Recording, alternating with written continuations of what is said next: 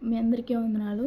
ఈరోజు వాక్య సారాంశం ఏంటంటే, ఆత్మఫలాల్లో మూడవది సమాధానము. ఈ సమాధానం అంటే ఏంటి? సమాధానం ఎక్కడ దొరుకుతుందో ఇప్పుడు మనం తెలుసుకుందాం. రోమీయులకు రాసిన పత్రిక 14వ అధ్యాయం 17వ వచనం. దేవుని రాజ్యము భోజనము పానము కాదు గాని నీతియు సమాధానము పరిశుద్ధాత్మ యందలి ఆనందమునై ఉన్నది. దేవుని రాజ్యంలో దేవుని రాజ్యం అంటే పానము భోజనము కాదు కానీ దేవుని రాజ్యం అంటే నీతి సమాధానం అనమాట. దేవుడు మనకేం చెప్తాడు? మీరు మొదట వెళ్ళి నా రాజ్యమును నీతిని మొదట వెతుకుడి. దేవుని రాజ్యాన్ని వెతకడం ద్వారా మనకి సమాధానం దొరుకుతుంది. ఈ కాలంలో సమాధానం చాలా కరువైపోయింది. భార్యాభర్తల మధ్య, అత్త కోడళ్ళ మధ్య, అన్నా చెల్లెళ్ళ మధ్య, అన్నదమ్ముల మధ్య సమాధానం కరువైపోయింది. దేవుడు మనకేం చెప్తాడు? హెబ్రీయులకు రాసిన పత్రిక 12వ అధ్యాయం 14వ వచనం.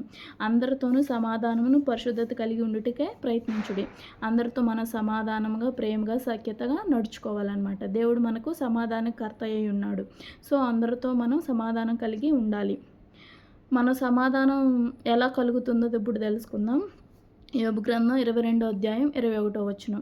దేవునితో సహవాసము చేసిన యెడల నీకు సమాధానము కలుగును, అలాగున నీకు మేలు కలుగునని దేవుడు చెప్తున్నాడు.